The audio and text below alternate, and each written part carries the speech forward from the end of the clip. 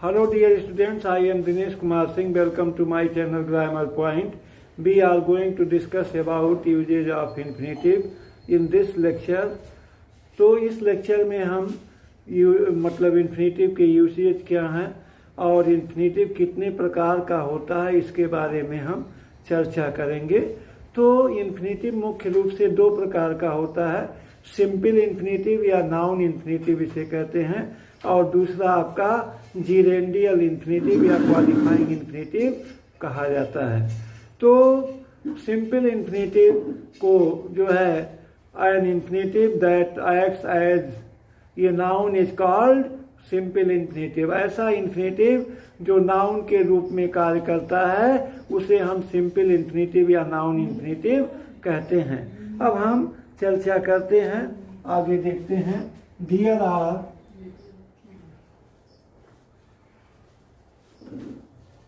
To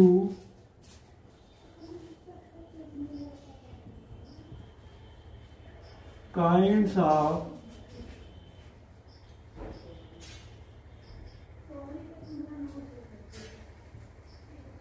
infinitives। पहला simple infinitive,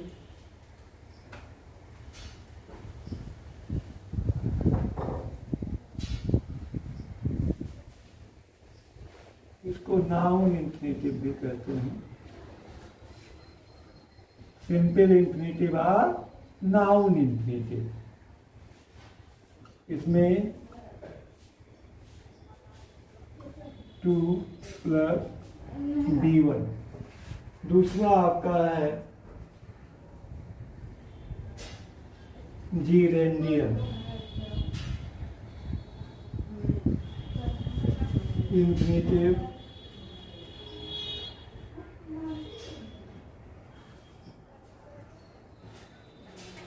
या इसको qualifying.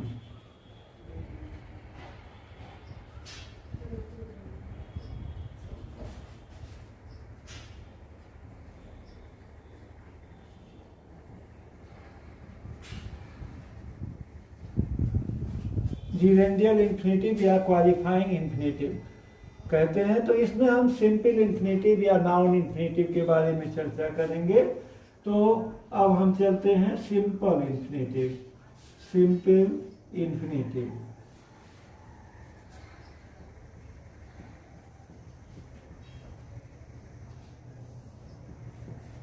N infinitive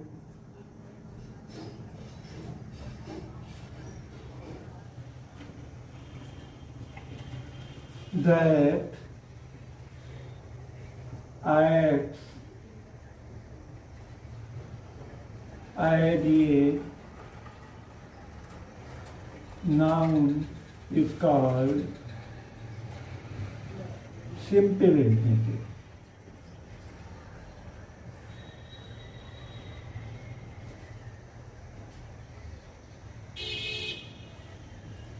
An infinitive that acts as a noun is called simple infinitive। ऐसा इन्फिनेटिव जो नाउन के रूप में, संज्ञा के रूप में कार्य करता है उसे हम क्या कहते हैं? सिंपल इन्फिनेटिव कहते हैं। आगे हम चर्चा करते हैं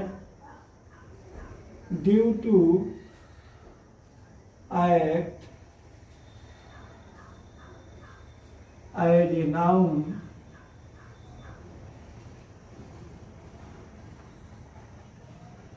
in a sentence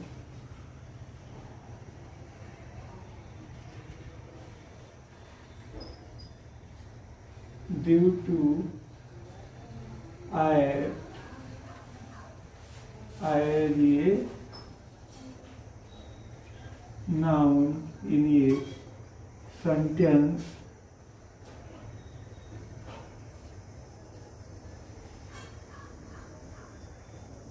it is called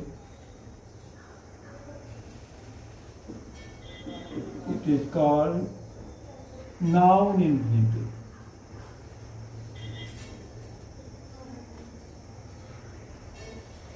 it is called noun infinitive. इसको क्या कहते हैं? नाउन इन्फिनेटिव कहते हैं। एग्जाम्पल हम ले लेते हैं, to find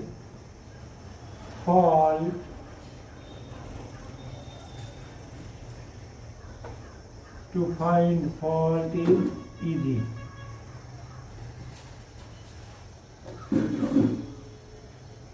to find fault is easy. गलती निकालना, गलती तलाश करना आसान है। To find fault is easy. To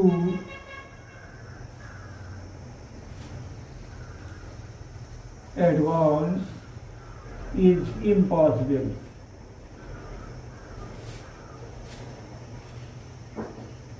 to advance is impossible. आगे बढ़ना क्या था? असंभव था। अगला इसमें टू फाइंड फॉल्ट। अगला तीसरा to retreat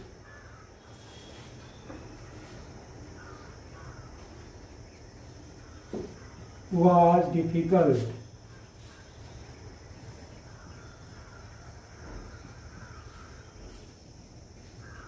to retreat was difficult। पीछे हटना क्या था? कठिन था। तो इसमें हम देख रहे हैं to find, to advance, to retreat, ये सब क्या है? आपके इन्फिनेटिव हैं। और इसमें इन्फिनेटिव के हिंदी वाक्यों के अंत में ना नी ने अवश्य आता है। क्या आता है? ना नी ने आता है और ये टू से जुड़े होते हैं।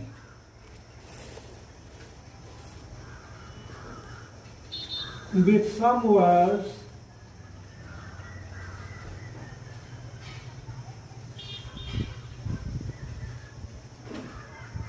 we do not use to before infinitive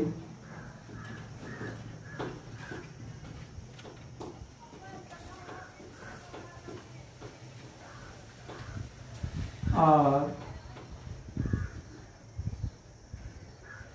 without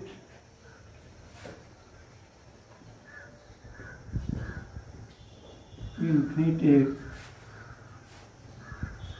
We do not use to before infinitive। infinitive के पहले to का प्रयोग नहीं करते। are without infinitive या बिना to के, are without to।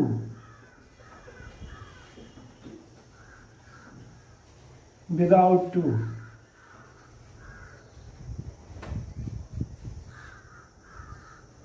In some words, कुछ क्रियाओं में we do not use to before verb।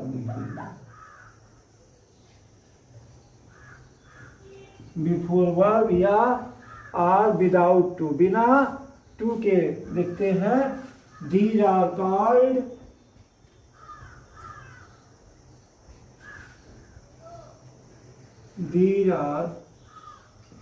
called bare infinitive।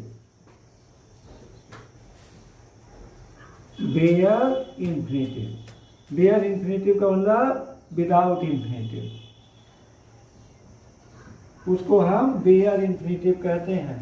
अब इसमें वर्ब्स कौन कौन सी हैं?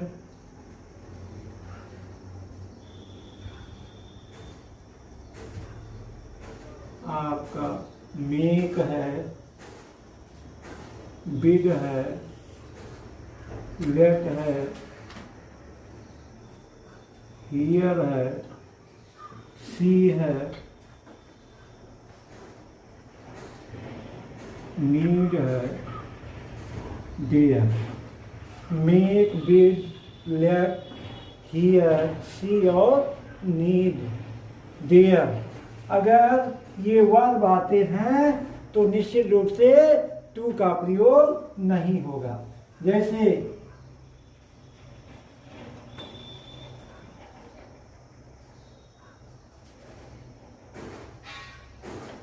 Let me come here, let me come here. अब लेट के नाते यहाँ बेयर छिपा हुआ है। अगला bid him go there, bid him go there, bid him go there. अगला, I made him run,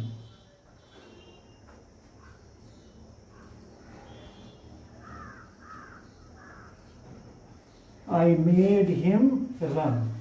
अगला, I heard him cry,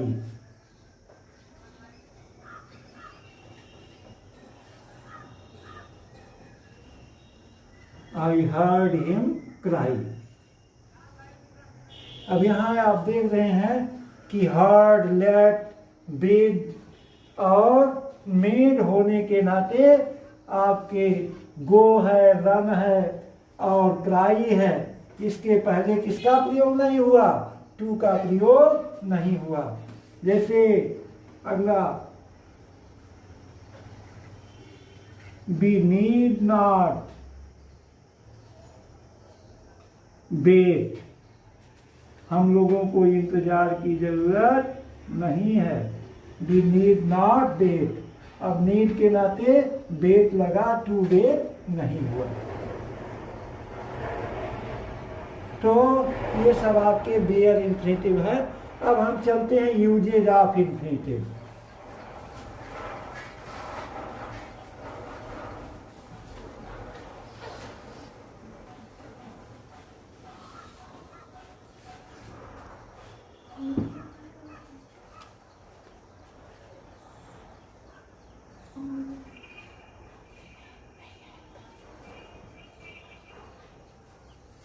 Uses of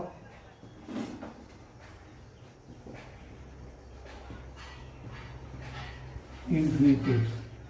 इन्फिनिटिव्स के यूजेज क्या क्या हैं ये हम देखेंगे। There are 6 uses of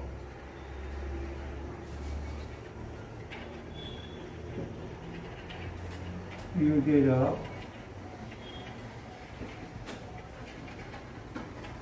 infinitive. इसके कितने यूजेज हैं?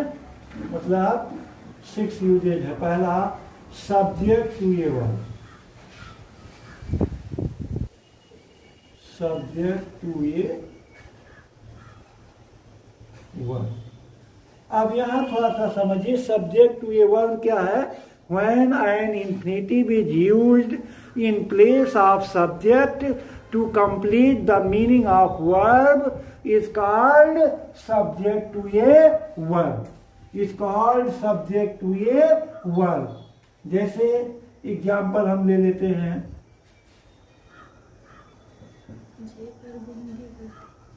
to walk is a good exercise. To walk is a good exercise. To see is to see is to believe.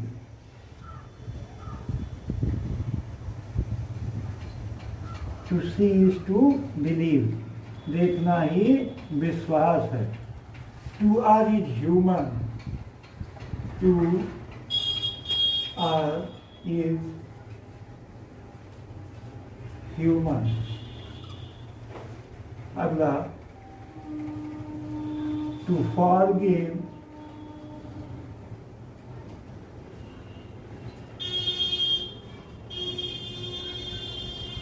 is divine. To forgive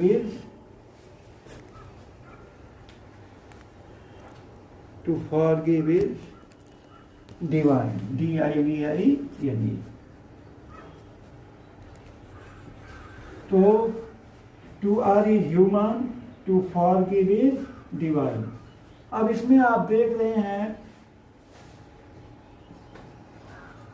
ये to walk is a good exercise, टहलना एक अच्छा व्यायाम है। To see is to believe, देखना ही विश्वास है। टू आर इज ह्यूमन, गलती करना मनुष्य का काम है। टू फॉरगिव इज डिवाइन, और क्षमा करना ईश्वर का काम है। To hunt tigers is dangerous, अगला to hunt tigers is dangerous. तो इसमें हम देख रहे हैं कि आपका टू वॉक है, टू सी है, टू फॉरगिव है, टू अर है, टू हंट है, ये सब आपके क्या हैं? इन्फिनेटिव हैं, क्योंकि इसके पहले टू लगा हुआ है और ये हेल्पिंग मुख्य क्रिया इज इसको क्या कर रहे हैं? इसके अर्थ को पूरा कर रहे हैं। जब इन्फिनेटिव का प्रयोग जो है कर्ता के स्थान पर क्रिया के अर्थ को पूरा करने के लिए किया जाए तो उसे सब्जेक्ट टू ए वर्ब कहते हैं। अगला हम चलते हैं ऑब्जेक्ट टू ए वर्ब। दूसरा object to a verb, object to a verb.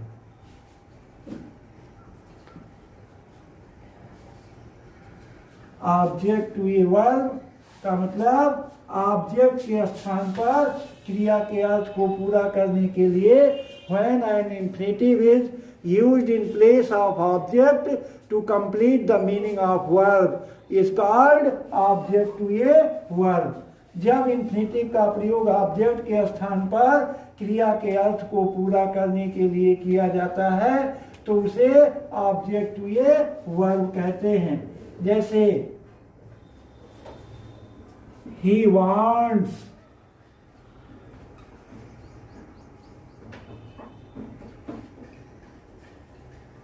to go now, he wants to go now। अब ही सब्जेक्ट है, wants वर्ब है, और वर्ब के अर्थ को पूरा करने के लिए किसका प्रयोग किया गया? to go का प्रयोग किया गया। he wants to go now। अगला दूसरा he refused to obey me, he refused to obey me।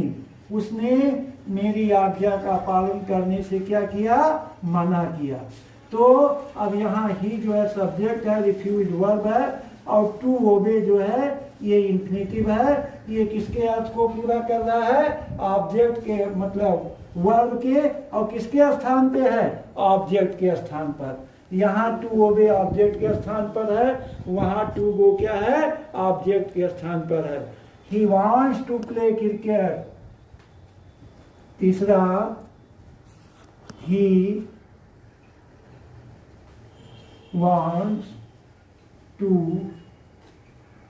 Play cricket, he wants to play cricket, वह क्रिकेट खेलना चाहता है। अगला कमला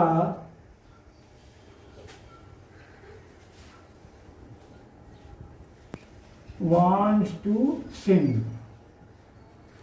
ये सॉन्ग।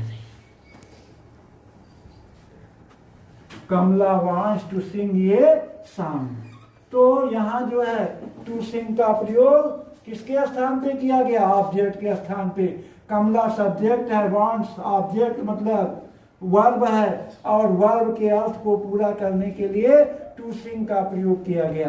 तो इन एबव सेंटेंसेस, ऊपर के वाक्यों में हम देख रहे हैं कि वांट्स, रिफ्यूज्ड, इनके अर्थ को पूरा करने के लिए वर्ब जो है वांट्स, रिफ्यूज्ड, इनके अर्थ को पूरा करने के लिए to go, to play, to obey और टू सिंग का प्रयोग ऑब्जेक्ट के स्थान पर किया गया, तो इसे ऑब्जेक्ट टू ए वर्ब कहते हैं। अब चलते हैं हम कॉम्प्लीमेंट टू ए वर्ब।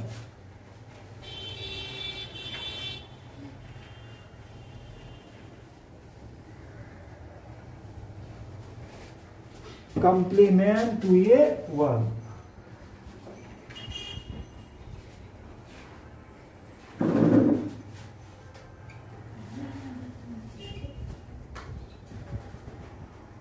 क्रिया के किसके रूप में? क्रिया के पूरक के रूप में। यहां जो तीसरा हम प्रयोग पढ़ेंगे क्रिया के पूरक के रूप में। तो when an infinitive is used just after the verb to complete its meaning is called complement to a verb. उसे हम complement to a verb कहते हैं। जैसे my desire,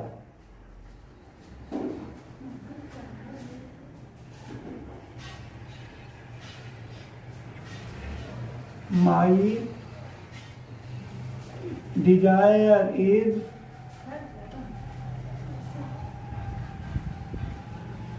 to pass the examination.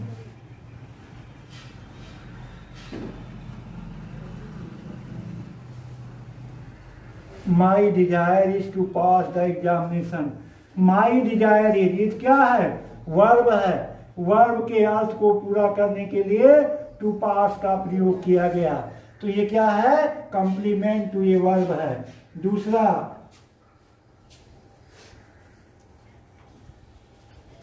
To see is to believe. To see is to believe, ये भी इसी का example है। कंप्लीमेंट का यहाँ इज के अर्थ को पूरा करने के लिए टू बिलीव का प्रयोग किया गया। To see is to believe.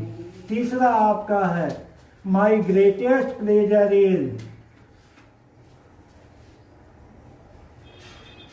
My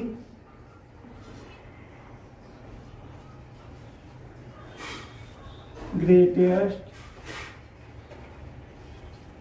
pleasure is to dance. My greatest pleasure is to dance. मेरी सबसे बड़ी खुशी क्या है? टू डांस, नाचना है। तो यहाँ टू डांस इज के अर्थ को क्या कर रहा है? पूरा कर रहा है। तो ये आपका हो गया कंप्लीमेंट टू ए वर्ब। अब चौथा हम चलते हैं object to a preposition. Object to a preposition.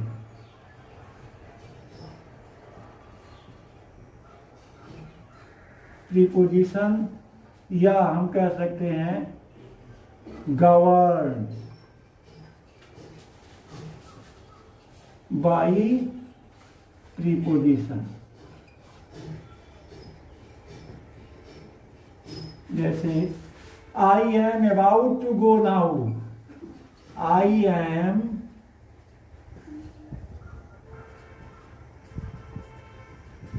About to go now.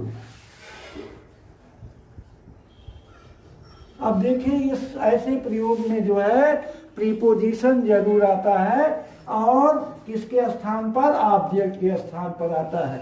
Object to a preposition जब प्रीपोजिशन के अर्थ को पूरा करने के लिए, जब मतलब ऑब्जेक्ट टू ए प्रीपोजिशन जब प्रीपोजिशन का प्रयोग ऑब्जेक्ट के स्थान पर क्रिया के अर्थ को पूरा करने के लिए किया जाता है तो उसे ऑब्जेक्ट टू ए प्रीपोजिशन कहते हैं। जैसे I am about to go now. मैं अब जाने वाला हूँ। मैं अब जाने वाला हूँ। दूसरा हम एग्जाम्पल लेते हैं the teacher is about to teach. The teacher is about to teach. अध्यापक पढ़ाने वाला है। अब देखिए अबाउट टू ये प्रीपोजिशन है। अगला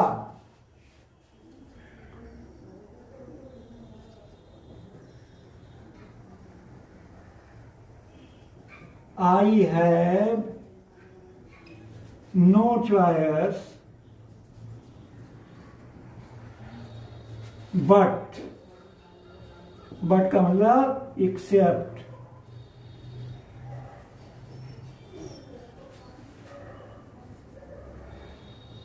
टू एक्सेप्ट।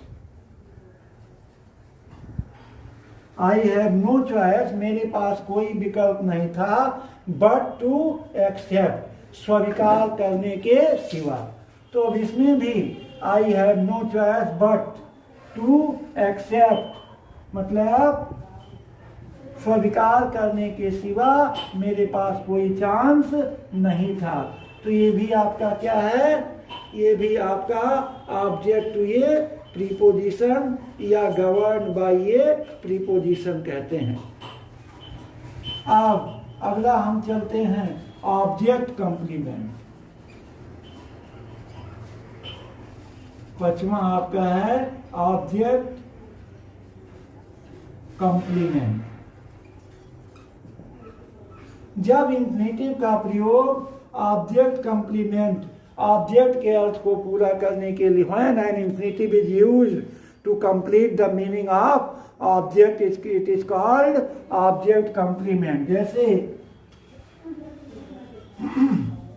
इसमें बेयर इंफिनिटिव का ही प्रयोग किया जाता है। जैसे पहला I made him run,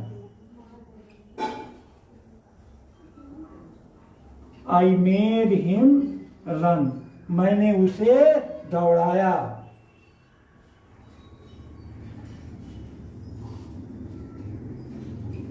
let him go their, let him go दियर, उसे वहां जाने दो। अब इसमें भी ऑब्जेक्ट के अर्थ को पूरा कर रहा है, ये भी ऑब्जेक्ट के अर्थ को पूरा कर रहा है।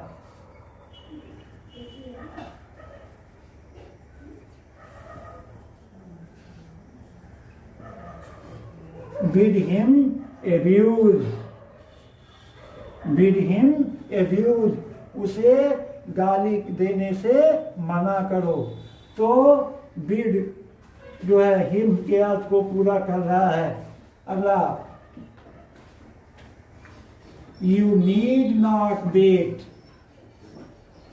यू नीड नॉट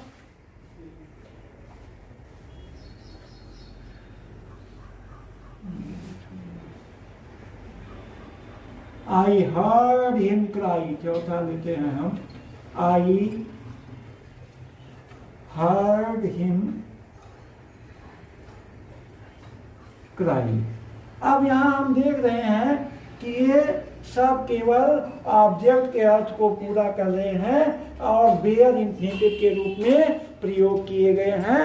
इस नाते से ऑब्जेक्ट टू ए कंप्लीमेंट मतलब ऑब्जेक्ट कंप्लीमेंट कहा गया। अब हम छठवां और अंतिम चलते हैं,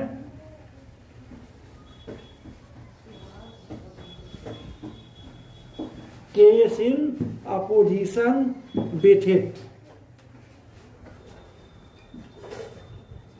case in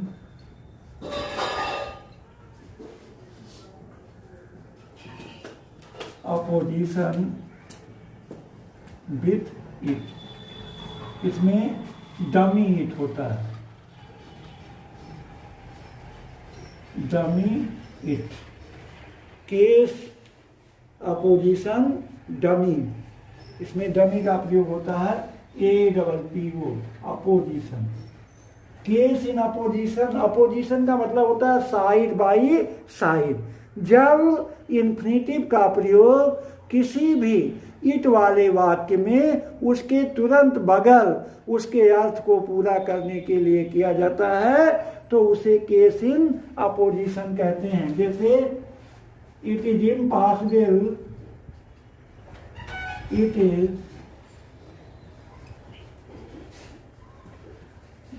impossible to live without air, without air. It is impossible to live without air.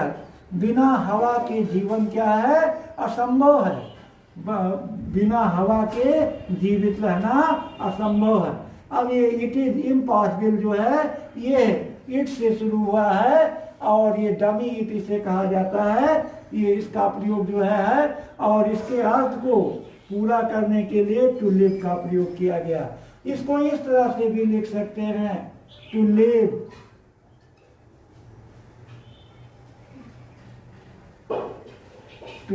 Without air,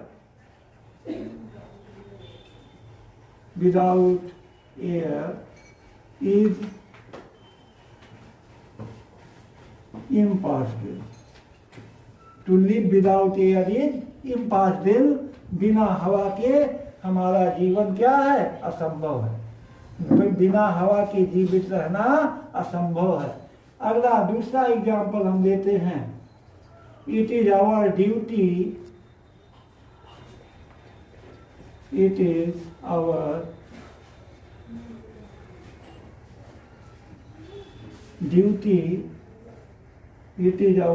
duty to obey our parents.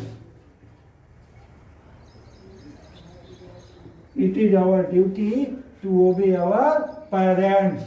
अब इट इज आवर ड्यूटी, यही केस इन अपोजिशन है। इसके अर्थ को पूरा करने के लिए टू ओबे का प्रयोग किया गया। किसका प्रयोग किया गया?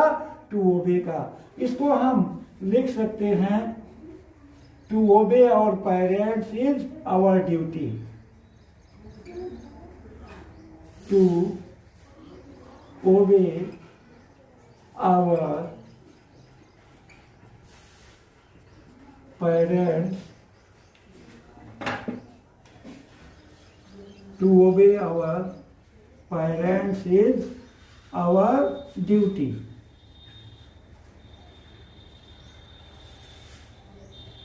अगला तीसरा हम एग्जाम्पल लेते हैं। It is our duty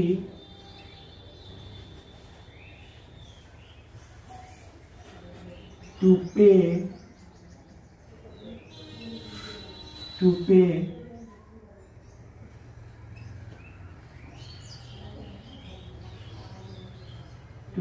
our taxes, हमें अपने, यह हमारा कर्तव्य है कि हम अपने करों का क्या करें? भुगतान करें। अब इट इज आवर ड्यूटी, ये आपका केस इन अपोजिशन है। इसके तुरंत बगल इंफिनिटिव टू का पे का प्रयोग किया गया, या इसको लिख सकते हैं, to pay our taxes is our duty. अगला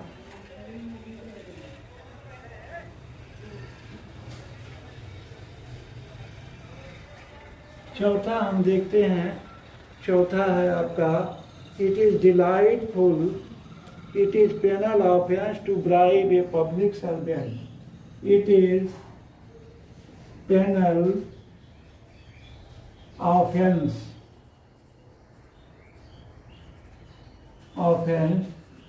to bribe a public servant. It is penal offense to bribe a public servant.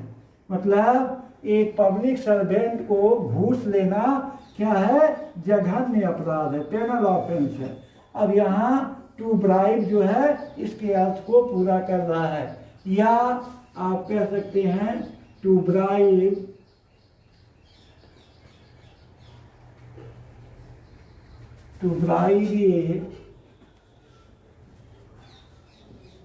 public servant is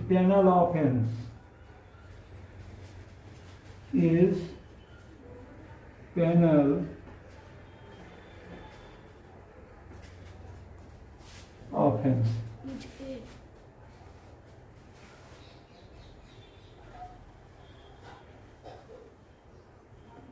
To bribe a public servant is penal offense. It is our duty to pay our taxes. To pay our taxes is our duty. to bribe a public servant is penal offense.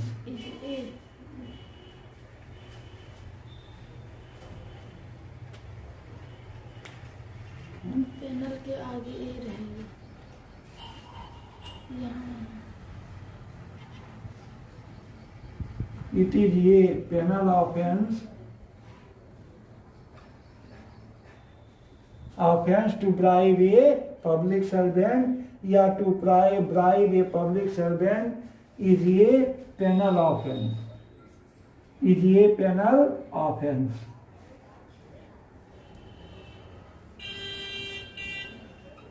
तो इस तरह से जो है आप ये देख रहे हैं कि it is impossible, it is our duty, it is our duty, और उसके बाद इट इज पेनल ऑफेंस. ये सब क्या है आपके case in opposition dummy it के साथ जो है प्रयोग किए गए, और इसका अर्थ पूरा करने के लिए इन्फिनिटिव टू ब्राइब, टू पे, टू ओबे, इसका प्रयोग टू लिव का प्रयोग किया गया. तो ये आपका case in opposition with it के साथ है. तो ये 6 प्रयोग इसमें हो गए. आज अगले लेक्चर में हम जीरेंडियल इन्फिनेटिव के बारे में चर्चा करेंगे. हमें उम्मीद है आपको लेक्चर जरूर पसंद आया होगा. थैंक्स.